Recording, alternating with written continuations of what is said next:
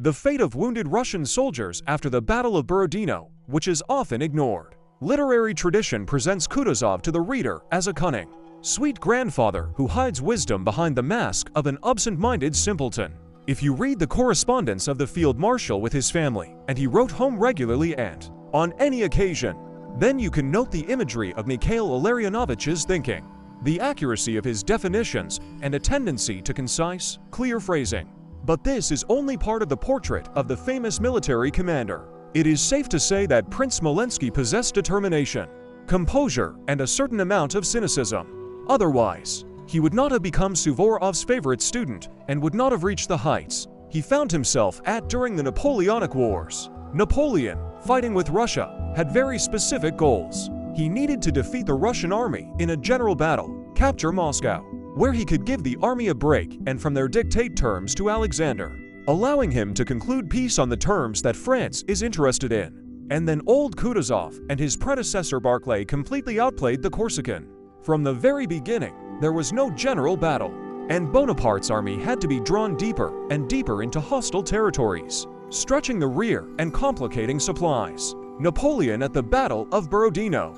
Artist, Vasily Vereshchagin Fili. A general battle took place near a village with a not particularly expressive name, Borodino. The Russians played defensively, the French played offensively. Russians' losses turned out to be higher than those of the French, although a different picture was observed for the generals, 49 for the newcomers against 22 for the Russians. At the same time, the Russian army was not defeated. It retained its artillery and integrity and retreated to Mozhask in full combat order. But the French may have got the ancient capital. But other points of the previous plan were not fulfilled. Despondency reigned among the soldiers, as the war was clearly dragging on, and the supply of the army was about to collapse. And then, the foreigners were waiting for a real starvation.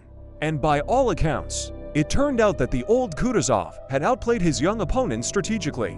It should be noted that the news of the Battle of Borodino caused a furor in the Russian capital. After learning that neither side had achieved a decisive advantage over the other, and that both armies had retreated to their starting positions in good order, they decided that this was already a victory, since the French had not achieved their goals, and the persistence of the Russians had prepared them a lot of problems. So the commander was awarded the rank of field marshal, and then they staged magnificent festivities with fireworks. Meanwhile, in Kutuzov's head, saved by Providence for some other great deeds, thoughts were not particularly joyful. The general decided to leave Moscow, which had been defended with such difficulty, to the enemy. Otherwise, he was losing the army, although this was not understood even in his headquarters. But Mikhail Illarionovich did not have the right to make such a decision on his own. Therefore, the famous and regular council in Fili took place, at which the possibilities of continuing the struggle were discussed. There was more of a victorious mood among the staff generals. Everyone was preparing for a new general battle, for which they even picked a suitable field. And Barclay de Tolly even went to the place of the future fight personally, so that later, at the council, he could express his thoughts. And his conclusions greatly cooled the ardor of the enthusiastic part of the generals. Barclay spoke in detail about the features of the chosen location and carefully analyzed the features of the Russian positions. As a result, he came to the disappointing conclusion that their defeat would be predetermined and Napoleon would certainly prevail. It became clear that Moscow would have to be abandoned in the name of continued resistance, and the majority of the generals of the Russian headquarters have already spoken in favor of this. And here we should pay tribute to the field marshal. He took full responsibility for the obviously unpopular decision on himself, and overnight he became the cause of the Tsar's gray hair and dislike among the people. But then a really tough decision was required, and there was no time for reflection or correction of the situation. The army went deep into the Russian territories, leaving the Frenchmen perplexed. The situation was clearly getting out of control. And much later, Kutuzov still returned both popular love and recognition of his military genius. But there is another, completely dark side to this story. Russian losses in the battle are estimated by different counting systems from 42, 45,000. The French from 35 to 40,000. This is only directly in the battle.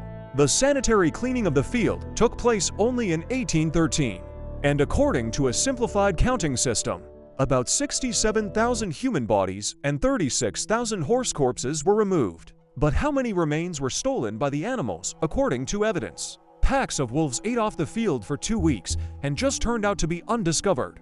Back in 1818, on the field where the battle took place, human skulls were white directly on the surface. It is clear that such a massacre could not do without the wounded. And how did the Russians solve this problem? It turned out that it wasn't really solved.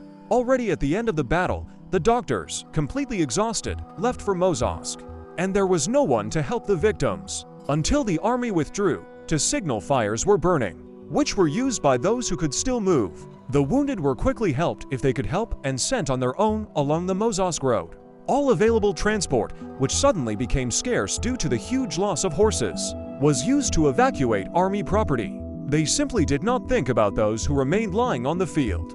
French memoirists say that even a week after the battle, Russian soldiers were occasionally found alive on the field. And on the first night, there was a continuous scream over the field, which gradually subsided. People were losing their strength. On the field after the Battle of Borodino, artist Semyon Kozynth's entire Mozhask road was strewn with crushed bodies, and there were dead people sitting on the roadsides who died of wounds and who just froze. Transport, carriages, and guns were no longer sorted out what to go for. This is in both French and Russian sources. Well, in Moscow itself, according to various testimonies, at the time of the army's departure, there were from 15 to 20,000 wounded, who were left to the French. In theory, they should have been helped, a normal practice of the time when a wounded enemy soldier after a battle was not regarded as an enemy and received help on a par with the general mass of patients. But in fact, Napoleon's soldiers pretty much lost their fuse. And there are even eyewitness accounts that the emperor was not welcomed at all,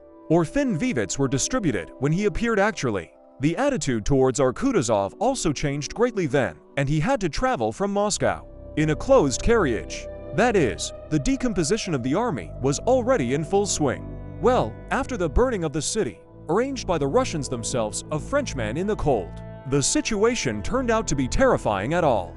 The French, of course, were fleeing the fire themselves. And first of all, they were interested in their own lives, looted goods, army property, and the lives of their own comrades. So a lot of Russian wounded died in the fire. Who says that almost all 20,000? Who insists on 10,000? But this figure is minimal. It is worth paying attention to this fact. Interestingly, people in Russia at that time did not even think to reproach Kutuzov with the fact that he left such a mass of wounded in the city and surrounding areas. It was just perceived as normal. They say, in the name of a great goal and preserving the combat capability of the army, which is generally true. But many people have never forgiven him for surrendering Moscow. Alas, it was such a wonderful time back then. And people thought in completely different categories, within which the general idea always dominated over elementary humanity.